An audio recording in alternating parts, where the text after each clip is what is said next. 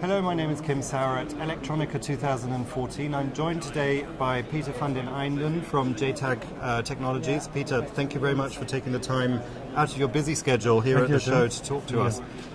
So we're talking all about boundary scan, but what are the trends? What are the buzzwords? What's going on in the market? What's shaping it? Okay.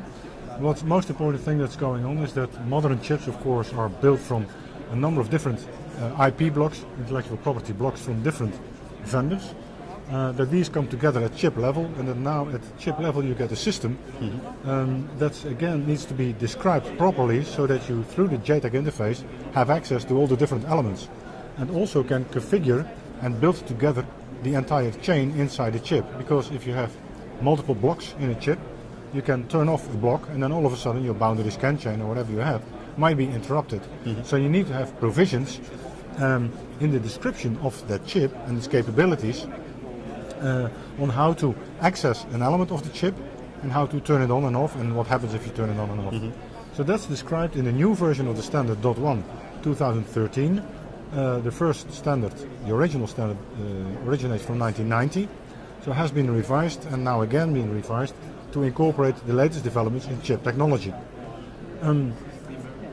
This IP blocks thing in chips is of course also has another effect. Instruments are built in quite often in the IP blocks by the IP designers to verify their silicon, essentially, to measure temperatures, to set parameters, to control other things. And these instruments can be reused at board level or system level, but then of course you need to have access to those instruments. And they don't have to describe how the instrument works as such, but you have to know how can I get an instrument, access to an instrument from the JTAG interface, and if I have access to an instrument, how can I provide instructions to it to perform a certain measurement or a certain control.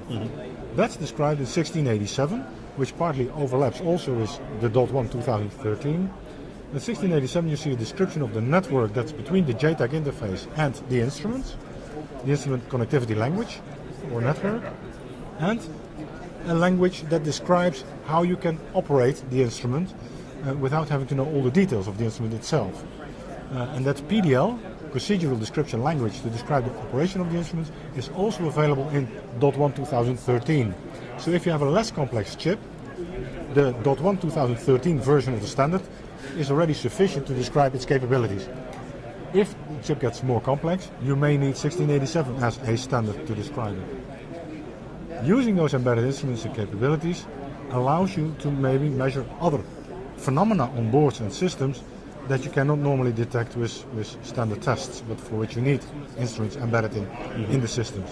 So that's the new things that are going on and that will be coming in the future. So are these standards and applications and tests, are they industry specific or more relevant to some industries than to others, or does it cover? They are generic across the board. I mean, the chips are used in a whole diverse range of applications, automotive, telecom, defense, you name it, it all has. So as JTAG you have a wide variety of different customers that, absolutely. You already... All the electronic segments, they use the JTAG, the boundary scan capabilities to test printed circuit boards and to perform in-system programming on those boards.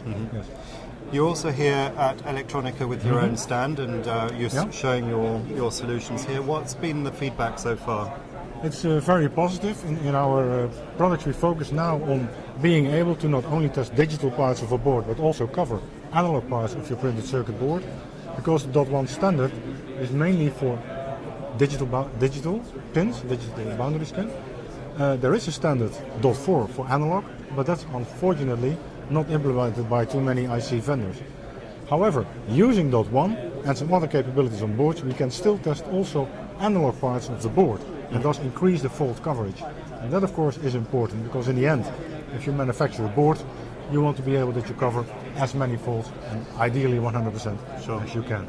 So that's what we show and that's what we discuss with customers and what you get good feedback. Absolutely. Excellent. Well, Peter, thank you very much for taking the time, and look forward to speaking to you at the next show. Wonderful. Great. Thank you. Thank you again.